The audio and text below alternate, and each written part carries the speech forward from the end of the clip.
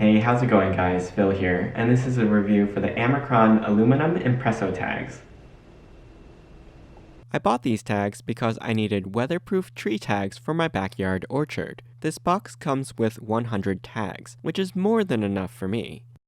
Inside, you'll find 3 1/4 inch by 1 inch blank silver tags made of aluminum sheeting, and 100 pieces of 8-inch pre-cut wire hangers that slip into the pre-punched holes in the tags, so you can attach them to whatever you need them for.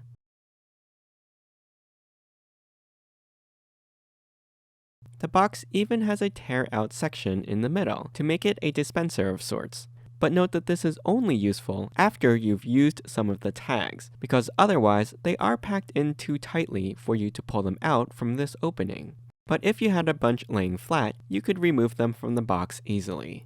To mark the tags, all you need is a ballpoint pen or a pencil. The tag is soft, so when you write on it, this basically etches the tag with your writing. This makes the markings on the label permanent and durable, because it'll never wash off or fade. You don't have to press very hard to make the etching, and it doesn't bleed through to the other side, so you could write something different on the back if you wanted to. I'm going to be tagging the various fruit trees I have in my orchard.